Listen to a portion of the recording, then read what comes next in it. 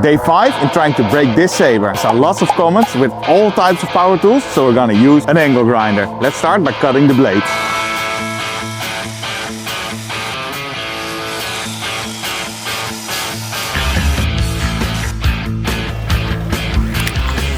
Well, didn't need that part anyway, still works perfect.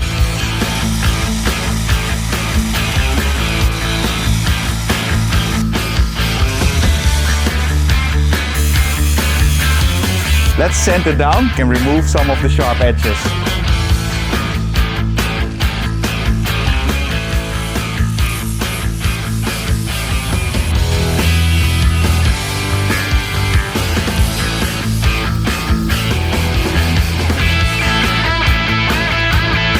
It was a great test. Show your best ideas in the comment section below for the next Testing Tuesday.